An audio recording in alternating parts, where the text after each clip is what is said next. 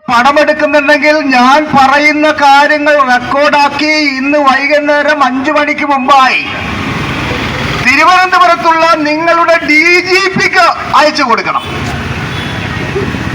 Njarakkal police സ്റ്റേഷന് മുന്നിലേക്ക് വൈപ്പിൻകരയിലെ പട്ടികജാതി പട്ടികവർഗക്കാർ പ്രതിഷേധ മാർച്ച് നടത്തിയിട്ടുണ്ടെങ്കിൽ പിന്നെ ആ സ്റ്റേഷനിൽ SI, CI എന്നീ റാങ്കുകളിലുള്ള ആളുകളുടെ പൊടി പോലും ഉണ്ടായിട്ടില്ല പിന്നീട് കണ്ടുപിടിക്കാൻ.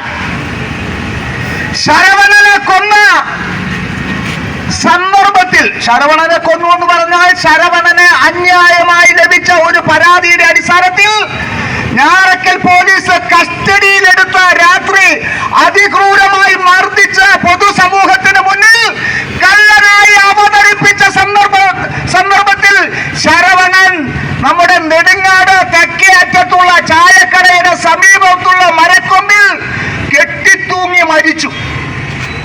അന്ന് ഇവിടെ SI കോട്ടയത്തെ കുറിച്ചി കോളനിയിലുള്ള സജീവനായിരുന്നു.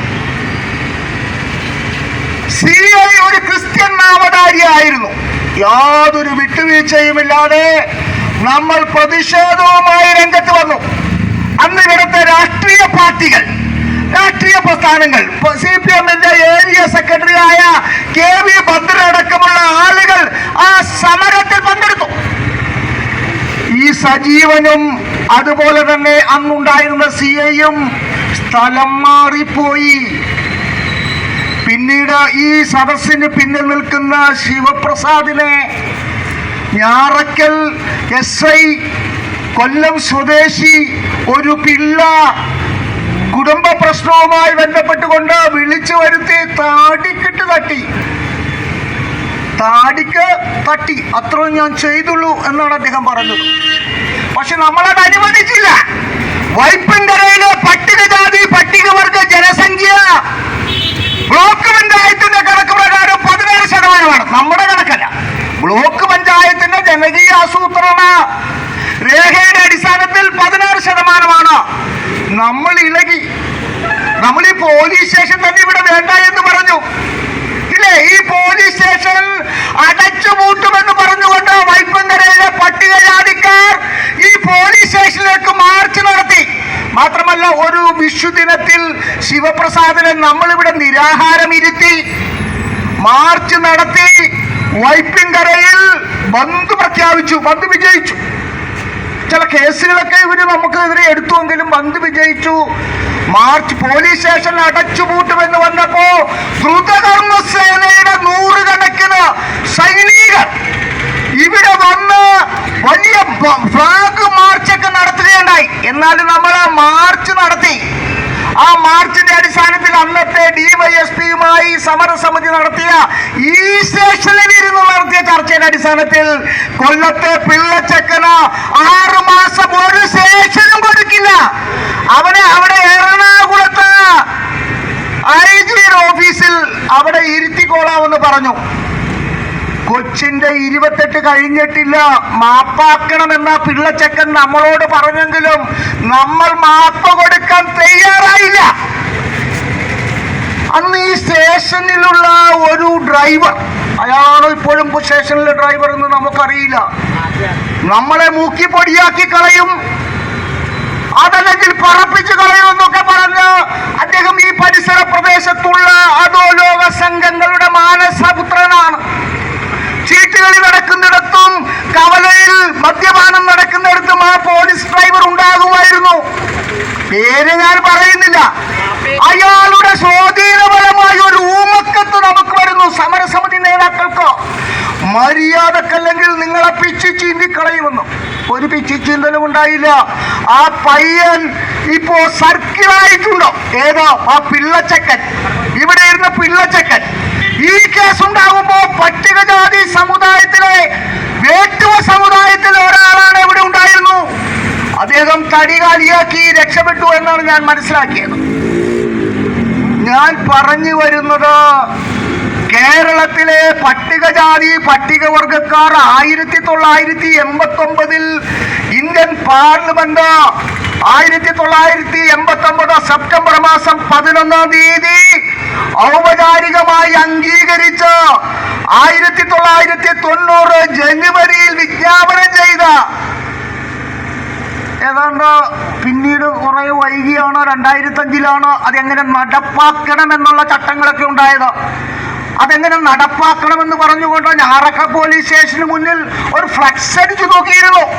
പട്ടികജാതി പട്ടികവർഗ പീഡന നിരോധന നിയമം എങ്ങനെയാണ് എടുക്കേണ്ടത് എന്ന് വിശദീകരിച്ചുകൊണ്ട് ആലുവ ഡിവൈഎസ്പി ഓഫീസിൽ നിന്നും ടൈപ്പ് ചെയ്ത, ഇപ്പോഴാണല്ലോ DTPയും കമ്പ്യൂട്ടറും ഒക്കെ ഉണ്ടായത്, ടൈപ്പ് ചെയ്ത ഒരു സാധനം ഇവിടെ ഈ പോലീസ് സ്റ്റേഷനിൽ വന്ന് അന്നുണ്ടായിരുന്നു, ഇന്നും ഉണ്ടാകും.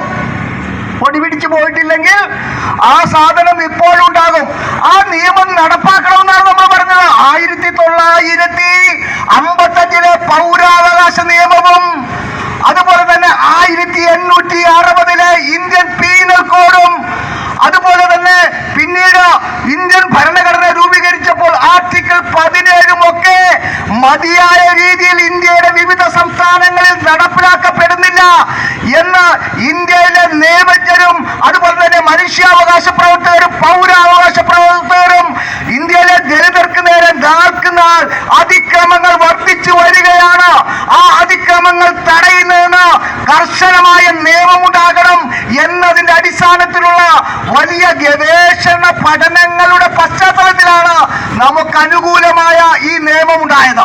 നമുക്കറിയാം, ഈ നിയമപ്രകാരം ഒരു വർഷം ഏതാണ്ട് 30,000-ൽ പരം കേസുകളൊക്കെ രജിസ്റ്റർ ചെയ്യപ്പെടുന്നുണ്ട്. ഞാൻ അതിന്റെ ക്രൈം റെക്കോർഡ്സ് ബ്യൂറോന്റെ കണക്കുകളിലേക്കൊന്നും പോകുന്നില്ല. കണക്കുകൾ പലപ്പോഴും നമുക്ക് ഒരു ബോറൻ ഇടപാട് ആണ് എന്നതുകൊണ്ട് ഞാൻ അതിന്റെ വിശദാംശങ്ങളിലേക്ക് പോകുന്നില്ല.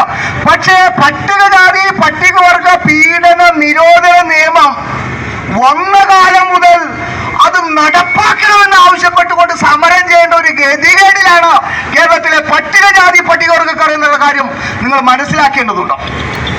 നമുക്ക് അനുകൂലമായിട്ടൊരു നിയമം ഉണ്ടാവുക, ആ നിയമം നമുക്ക് അനുകൂലമായി നടപ്പാക്കാതിരിക്കുക, ആ നിയമപ്രകാരം കേസെടുത്താൽ, ഈ അടുത്ത കാലത്ത് നിയമസഭാ സമിതി പുറത്തുവിട്ട ഒരു കണക്ക് പ്രകാരം ഏതാണ്ട് 2007 കേസെടുത്താൽ 4 പ്രതികളാണ് ശിക്ഷിക്കപ്പെടുക.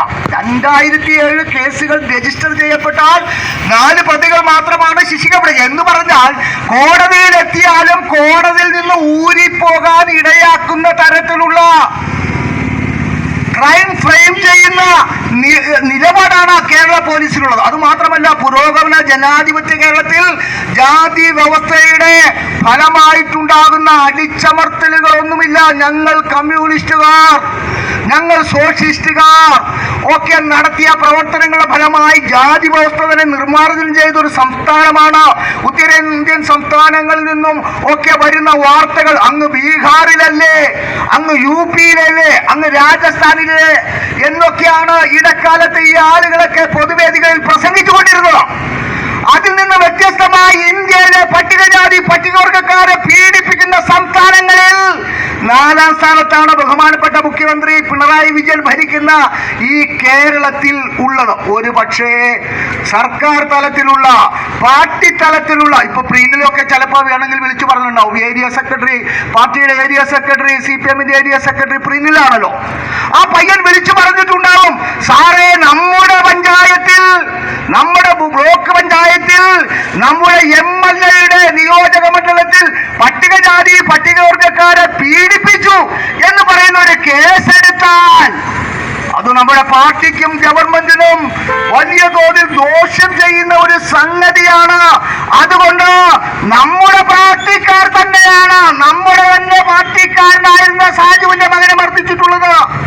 പാർട്ടിക്ക് ഇതിൽ കേസില്ല, പോലീസിന് ഇതിൽ കേസെടുക്കേണ്ടതില്ല എന്ന് വിളിച്ചു പറഞ്ഞിട്ടുണ്ടാകുമെന്നാണ് ഞാൻ കരുതുന്നത്.